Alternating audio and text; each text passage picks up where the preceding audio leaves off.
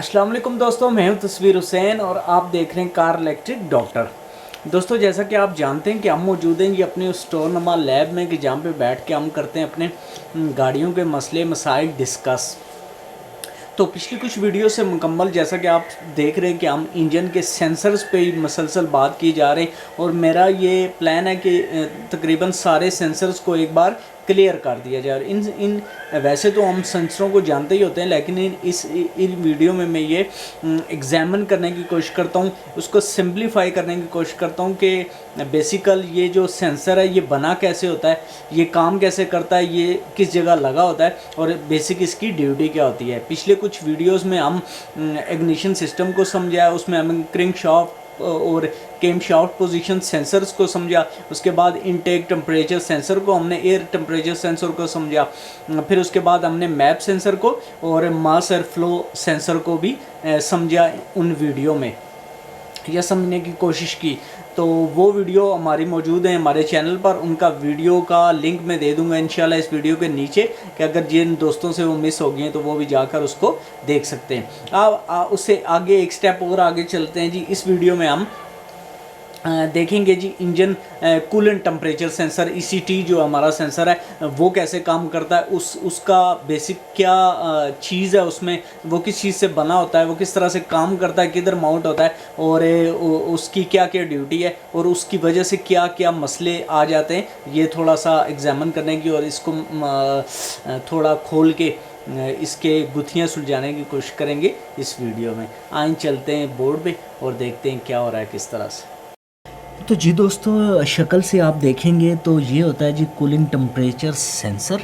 और कुछ बात इसकी की जाए सिंप्लीफिकेशन इसकी कि इंजन का जो ब्लॉक होता है उसके बिल्कुल पास होता है जी कूलिंग जैकेट, और उस जैकेट के अंदर माउंट किया जाता है जी कूलिंग टेम्परेचर सेंसर को, जो कि आप देखेंगे इंजन का ये नीचे वाला हिस्सा जिसमें पिस्टन्स चलते हैं, ये इसको कहते हैं ब्लॉक, और इसके ऊपर वाला जो होता है हेड और बीच में होती है इनके हेड की गैसकट, और उसी में जहाँ पे रेडिएटर का पानी आके जिधर लगता है तो उधर ही किसी जगह पे आप देख सकते हैं, तो वहाँ पे आपको ये बआसानी मिल जाता है। तो ये देखें कि ये भी समझ लें कि आप वो कूलिंग का जो जैकेट वाला वो जो हिस्सा है उसमें इसको माउंट किया हुआ है और ये कनेक्टेड है जी ECU से। अगर बात की जाए इसकी बनावट की तो एक मेन मेटालिक बॉडी के अंदर रखा होता है जी थर्मिस्टर।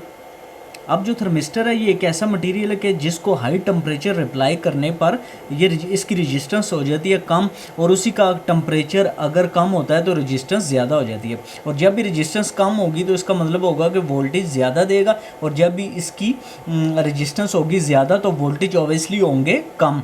और इसी थर्मिस्टर जो होता है इसी की दो वायर को कनेक्टर पिन से जोड़ा हुआ होता है, और उसी की दो वायर्स के थ्रू इसको जोड़ दिया जाता है जी आपके ECU के साथ।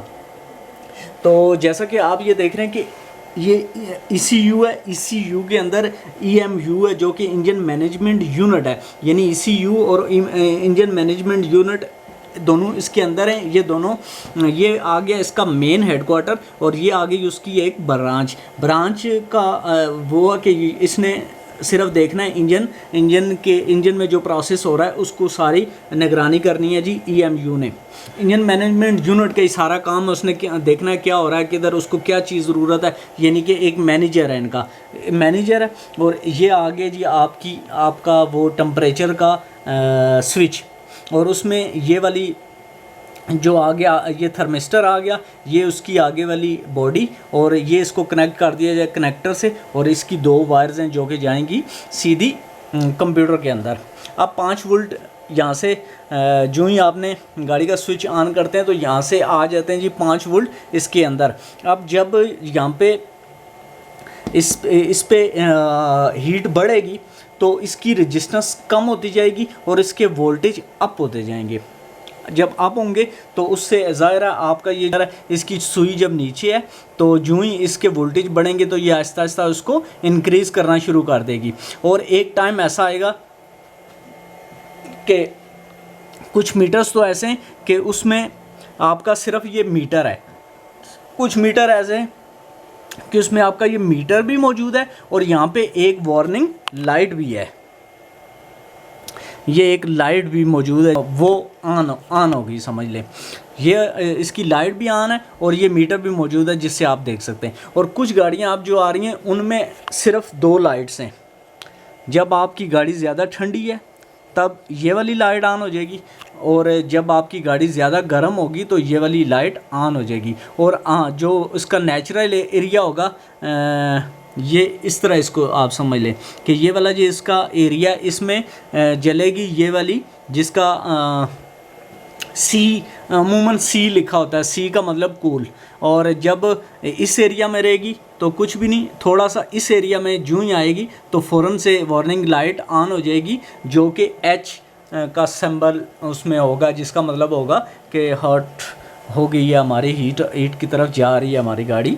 अब इसको चेक करना चाहिए, इसका फ़ैन नहीं चल रहा, फ़ैन की स्पीड कम है या कुछ भी। और इसमें इसी स्विच के थ्रू कंप्यूटर चलाएगा फ़ैन को भी, कि जो ही आपका इस एरिया में जो ही आ गई है लाइट, अब इस एरिया में पहुंचने लगी है, यानी कि ये जो रफ़ एरिया इसका इसने जो ही कंट्रोल किया, इस एरिया में आई और उसने ऑटो फ़ैन को ऑन कर दिया।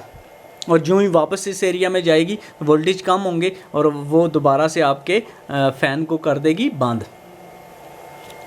तो जिस तरह से पहले जो हमारी गाड़ियाँ होती थी उनमें तो जो टेम्परेचर सेंसर होता था वो उसका सिर्फ ये काम होता था कि वो गेज को थोड़ा ऊपर कर दे और गेज को नीचे कर दे। जबकि मौजूदा जो टेक्नोलॉजी यूज़ हो रही है उसमें ये जो आपका टेम्परेचर, कूलिंग टेम्परेचर स्विच है, इसका भी एक बहुत बड़ा रोल आ गया है। गाड़ी स्टार्ट नहीं हो रही उसमें भी इसका किसी टाइम अमल दखल हो सकता है। आपकी गाड़ी ब्लैक स्मोक दे रही है उसमें भी, आपकी गाड़ी सुबह के टाइम लीन या रिच होना है, उसको कंप्यूटर ने ये फैसला करना है कि इसको इस टाइम मैंने रिच रखना है या लीन, यानी कि कम पेट्रोल पे ज़्यादा पेट्रोल दे के इसको फ़ौरन स्टार्ट करना है। तो उसके फैसले, उसके डिसीजन में भी आप अमल दखल होता है आपके टेम्परेचर स्विच सेंसर का। उसी में यही टेम्परेचर सेंसर जो है यही वार्निंग लाइट भी आपकी ऑन करवाएगा। उसके बाद यही टेम्परेचर सेंसर के अकॉर्डिंग ही कंप्यूटर को पता चलेगा कि इस टाइम गाड़ी ठंडी है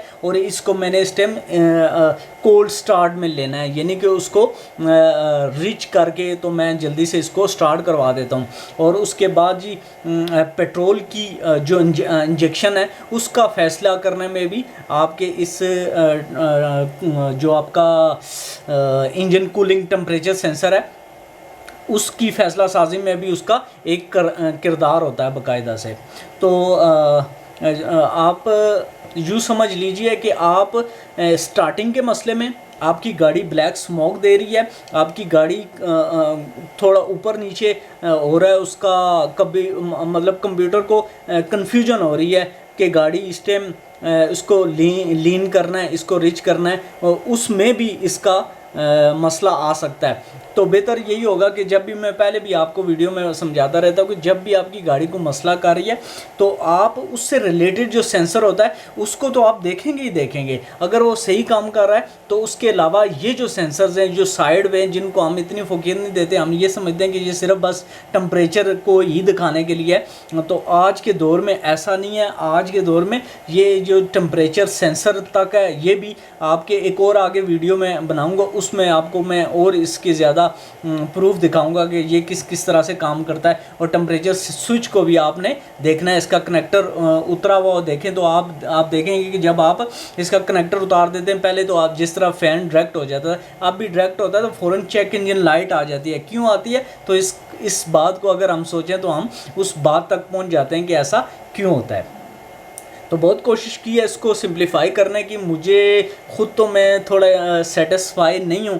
तो चलें थोड़ी और मेहनत करके इसको मज़ीद, तो किसी और वीडियो में जब हम बात कर रहे होंगे तो वहाँ पे इस टेम्परेचर सेंसर का जिक्र आएगा, तो इसको मज़ीद खोल के उसके साथ मिला के जब बयान करेंगे तो इंशाल्लाह वो बात हमें ज़्यादा बेहतर तरीके से भी समझ आ जाएगी। अभी करते हैं इस वीडियो का अख्ताम इसी बात पे, और मज़ीद नेक्स्ट वीडियो को करेंगे इससे ज़्यादा अच्छा, और इंशाल्लाह इंतज़ार कीजिए। अल्लाह हाफ़िज़।